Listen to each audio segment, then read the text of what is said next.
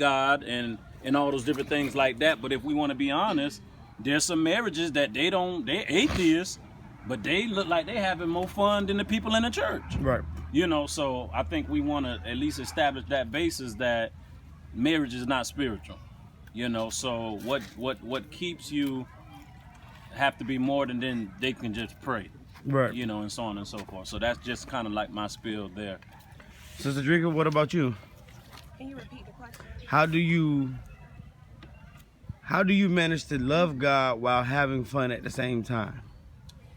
I think for me, it's mostly making sure that I have a balance, because you always want your love for God to overshadow everything, but, I just don't want that to hinder my relationship with my husband. Like he said, you're so extra spiritual, you always want to pray.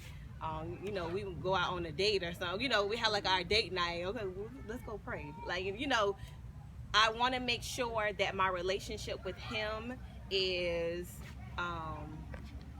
something that we can do outside. Not, get what I'm saying? I'm not saying, outside of God, but just in addition to him. Exactly. And not making everything, just about God, because, me and my husband, we have fun and we can do things and we can enjoy each other's company outside of church. And I think that that's really important. We was at the movies one time, and I'm going to just, say it. Put it out there.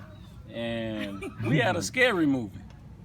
And, of course, scary movies ain't a big deal with me. And, this before we got married, I think maybe Minister Jude and his wife and Minister Vlad and his wife, they were married, but we all went out together. So we had the scary movie, and and we watching the movie, and of course she's scared. No lie, she's at the movies like she's at the altar calling on Jesus. And I got so mad. I said, I done paid at least, and we was in Orlando at the Regal, so the tickets was high. 20 some odd dollars and maybe popcorn or whatever, and all that went to waste because she went to church at the movie because she calling on Jesus because she's so scared. So I just got up and left. We got up and left and just walked around, and I done wasted 24. At that time, I didn't need no praying woman. I just wanted somebody that I can go and just enjoy a movie with. I'm sorry, can I defend myself? You can. Okay. So first of all, the movie was super, like you could literally feel the spirits coming out of the screen. Like I could literally feel them around me. And I was quiet. I said, Jesus, Jesus. I was quiet. I wasn't like loud with it. But I guess because, he was in the vicinity, he could hear me. But Sister Upshaw had something. Oh, it threw me off. So you said you and your husband can have fun and do things together. Mm-hmm. What would you constitute as having fun and doing things together? Part one, and part two, what if there's an interruption in your have fun and doing things together? Having fun and doing things together, it could be anything. Like I think we try to make, sometimes we make Thursdays our date night.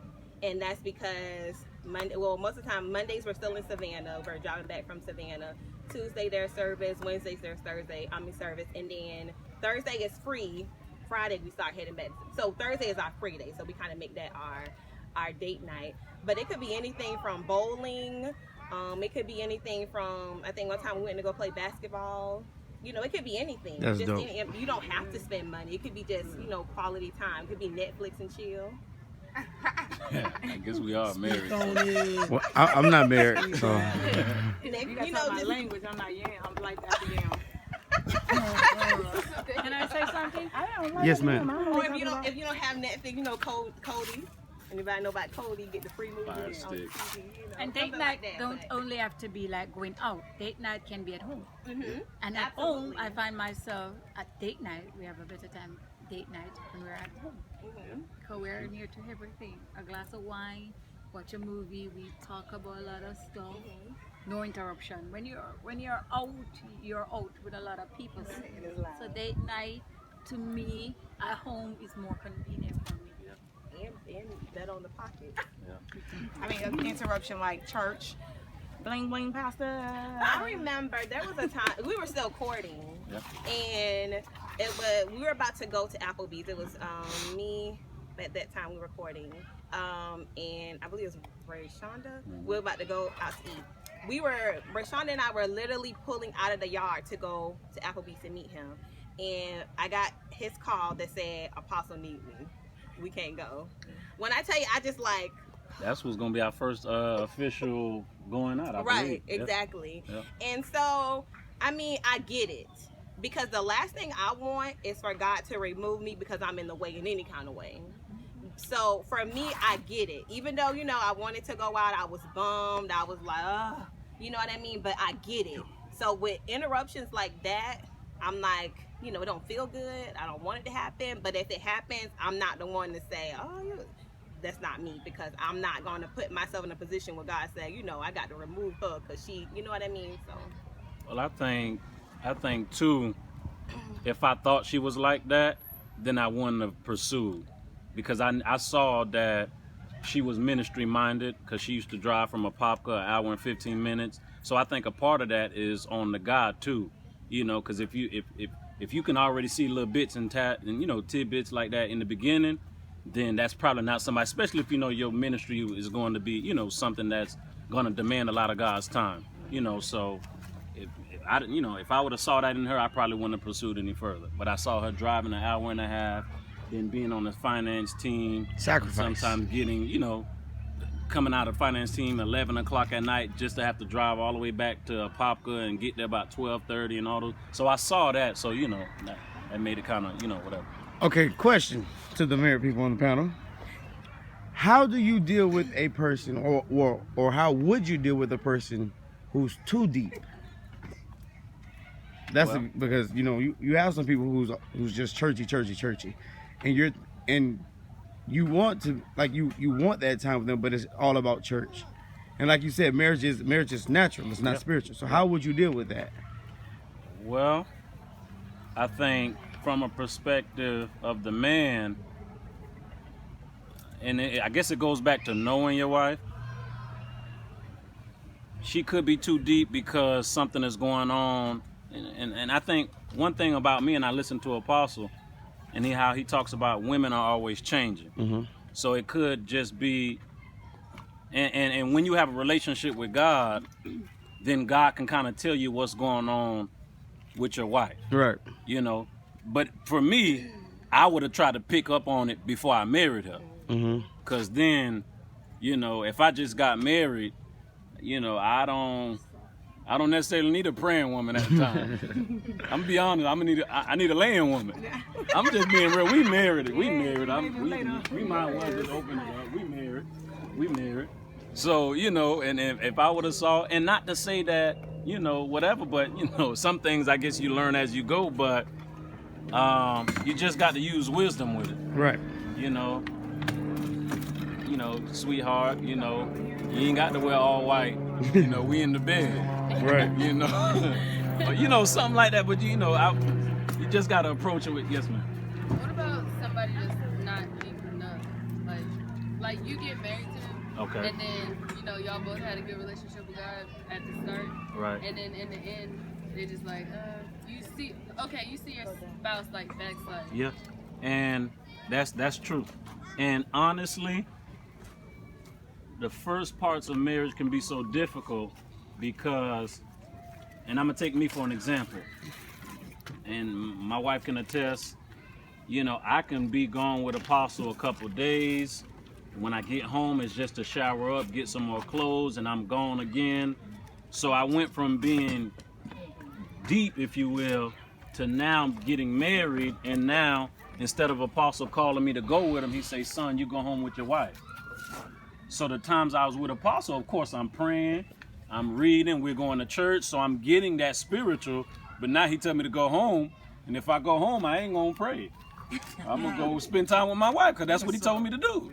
So I find myself being more carnal and not knowing really how to adjust.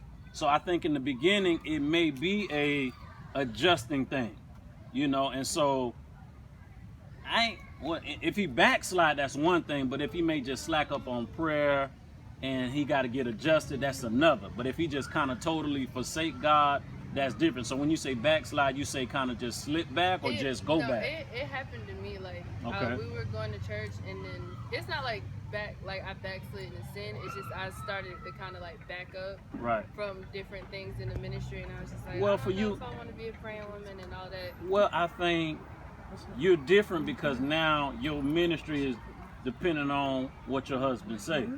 So I give an example. My wife was in the choir, and when we got married, I wanted her to learn and kind of get the house down packed because, you know, they would have rehearsals at certain times and all those different things like that. And I know the commitment that I wanted us to have wasn't going to be, you know, it'd probably be interrupted by the church. Not to say that, you know, anything like that, but I wanted to make sure that we were good because I already knew. Matter of fact, I give it to you like this. I came back from my honeymoon, and a week later, Apostle said he was going to send me to Gainesville. You know, so I needed to spend as much time with my wife because I didn't know what was getting ready to happen. You know, I thank God that he didn't because I don't think mentally I was ready. You know, not to just got married and to be sent out and trying to learn that with the church. So I thank God that it didn't happen that way because I could have messed something up. You know, so I think it's just you know, you just kind of got to get adjusted. Any questions? I had an experience when we went to a renewal, and they were renewing their vow. And when it was time for a toast, everyone was saying, "Can I say it? Have more sex." And I was like, for the two ministers, I was feeling so bad that it was just actually out there like that there was a problem there. Everyone that toasted, have more sex, and I was saying to my husband, "Oh my God, I don't want to be at that place." that somebody can see that. Is either we're too prissy in church, or we worship too much, or we don't have any lovey time that everyone can attend. Have more sex, and I was like, wait, woman, I was like, oh my God, that's not a good experience. Let's start, baby. Because Let's start. It was it was just literally out there, like it wasn't good. We have to spend more time with our spouses. I think that's one of the problems that we do have, and then as a first lady, a minister's wife, or whatever, you know, we should encourage the singles to do it, because we have a lot of messed up marriages because we're so involved in ministry. The husband already doing whatever, you know, doing everything that God wants him to do, and then the wife, once you get a taste of prayer, it's like a drug. You don't, you know, don't come and say, "Honey, you ready to go?" No, I ain't ready to go. If I was ready to go, I'd have got up. And you know, so once you get a taste of prayer, it's like you want to keep praying, and you want to be to all the prayer meetings. They make you jealous when they say, "Oh, we having a shut-in, you coming?" And you just kind of looking, you know, but we mess up marriages because we try to spiritualize them, or we're so involved in the church that we don't, you know, spend that time with the spouse, or, you know, utilize different times like that. So I think we should encourage the singles to be more involved, and sometimes we do just have to back away, because like they had something and I was a part of everything until I matured them. I was traveling with them, doing everything. So now they said we went to sunset, and I was like, "Oh, and y'all didn't invite me." But then they said, "Oh, we're having a shut-in." Talking about the singles. Yeah. Okay. So then they said, "We're having a shut-in. Do you want to come?" Now, they ain't invite me to the fellowship. They want me to go to prayer with them. I said, "No, I ain't coming to prayer. I'm married."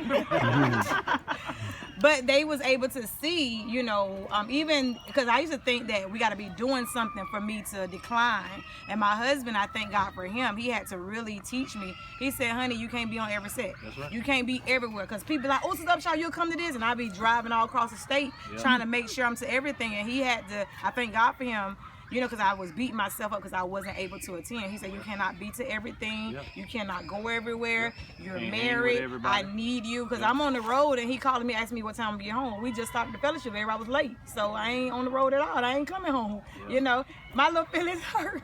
I can't tell everybody else that. But married people understand. So I think we sometimes mess up marriages. And then we give, people say, "Oh, I don't want to be married. Oh, I want me somebody out the world," because they looking at a messed up marriage with a pastor and a first lady, and we messed up because of y'all. Somebody just told me last night, say, I made sure that the man I married wasn't a minister. because I didn't want Apostle to send them out and so on and so forth. And I understand where she was coming from, but with what you're saying, that shouldn't even be a connotation that we have in the church, period. You know, so I think we got to have more examples of it can work. You know, I don't think God, matter of fact, Elder Upshaw told me something. He said, God ain't gonna send us out to fail. So if the man of God got to be married, I don't think God just gonna have him to be married so that his marriage can fail and that bring that negative connotation to the church. You know, so I think we do have to do more of this, and we do have to, you know, do more spending time and all those different things like that, so that stigma won't be on the church like that. Okay, next question. Now we're talking about having fun, you know, which is great because you need that. Oh yeah. Now we also know that before you fast, you have to get that permission from the one spouse, the husband from the wife from the husband. Yeah. How do you go about saying, hey, sweetie, or, you know, I need some time with God? Yeah. Yeah. Which we know is important. Yeah. But what if that spouse rejects that? Is like, I really need you right now. Yeah. Yeah. And you got to do it. Because one, my body is not mine. You know, and God does it this way. So, you know, because in a marriage, you're going to have problems. So God fixed it up this way so that because I don't like what she did or said, I go and spend time with God as a malicious thing just to stay away from her. So God said, your body ain't yours and yours ain't yours. And if y'all get in a disagreement, you can't just take your body and do what you want with it because it's not yours. Right. So as a pastor and as her husband, I got to humble myself and ask her, can I fast? But I thank God for the one that I got, because I don't think there was ever a time she told me no. I asked you once, I said, what you do if I say no? I think I told her I was going to go talk to God about it. But so it should be to a place where, you know, that, because I think the thing is, I believe she understands that God can do more for me to help our relationship than sometimes maybe our conversations. You know, Apostle said it like this: when he takes the married men out,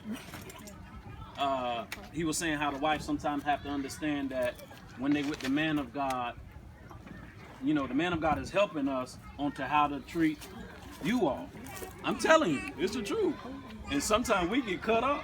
I mean, we get cut up. See, and Apostle go in the pulpit, but he goes slap in his house or in the car. There's no holds barred. So we get the double-edged sword, we get the kung fu knife, the nunchucks, we get the dagger, we get it all. And alcohol. And then he go tell us, buy a gift, and when you come back, do this. So we get it all. You know, so I thank God for Apostle, because now, you know, having people like Alicia and Zach married now, I know what to tell them because I've been in that state. You know, so I think you had something. Oh, I was gonna say, you pick up where you left off. So if he say, if I'm fasting, like somebody asked my husband, and he say, yeah, I guess he forget that I'm fasting. My body's not my own. You know, the Lord understands that. So I handle my business and I pick up where I left off. You know, and keep it moving. I ain't did nothing wrong because, you know, I got consent from my husband. Maybe he forgot. Because the Bible said that's on him. That was between him and God. Now your flesh got hot and you forgot. That's on you. But I'm gonna pick up where I left off because I committed, or somebody simply remind him, honey, you said I could fast today. He's like, oh yeah, that's right. You know, but we have a good relationship. And if he wants to fast.